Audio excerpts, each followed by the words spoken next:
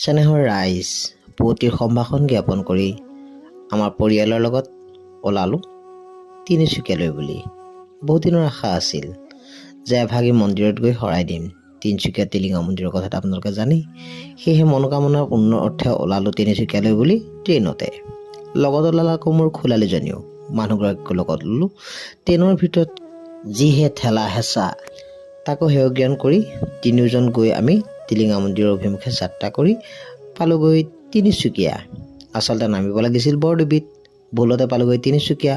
আৰু সেয়েহে ভাবিলোঁ ব'লা আমি তিনিচুকীয়া টাউনৰ পৰা বৰডুবিলৈ যাত্ৰা কৰিম। আৰু এই যেন আমাৰ আগে গৈ থকা দাদা দুজনে আচলতে বহুত হেল্প কৰিছিল। তেওঁলোকো গৈছিল বিশেষ কামত। তিনিচুকীয়া ষ্টেচন কোনফালে সেইখিনি দেখুৱাইছে। আহি পেলাই বাছত আমাক উঠাই থৈ গ'লে বাছত উঠিলোঁ। তাৰপিছত গৈ বাছৰ পৰা নামিলোঁ তিনিচুকীয়া মন্দিৰৰ সমীপত। মন্দিৰৰ সন্মুখত নামি দেখিলোঁ বহুতো দোকান। ইজনে মাতিছে দোকানলৈ আহক। মই বোলো সেই কথা নহয়, খোলালীজনীয়ে কাপোৰ সলোৱা কথা আছে, বেলেগখন দোকানলৈ যাওঁ। ভাগ্য ভাল আছিল, ৰুম এটা পালে যেনিবা। কাপোৰ কানি সলাই লৈ আমি দাদাজনৰ পৰাই বস্তু ল'লোঁ। বস্তুকেইটা দিয়াৰ পিছত তেওঁ আমাৰ লগত অকণমান ভিডিঅ'তে অংশগ্ৰহণ কৰিলে। শৰাই ল'লোঁ, চাদৰ মেখেলা সলাই আমি যাত্ৰা কৰিলোঁ মন্দিৰৰ অভিমুখে। তাৰপিছত যাত্ৰা কৰি গৈ পালোগৈ মন্দিৰৰ ভিতৰত।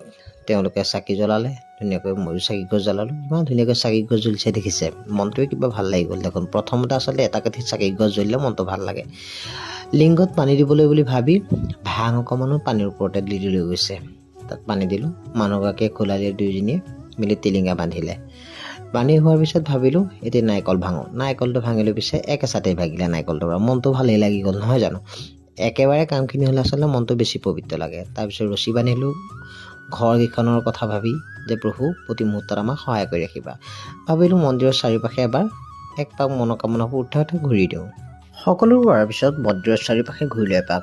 হাজাৰ হাজাৰ টিলিঙা। ভাবিলোঁ সকলোকে দেখুৱাওঁ আচলতে মহিমা কিমান পবিত্ৰতা পৰিৱেশ।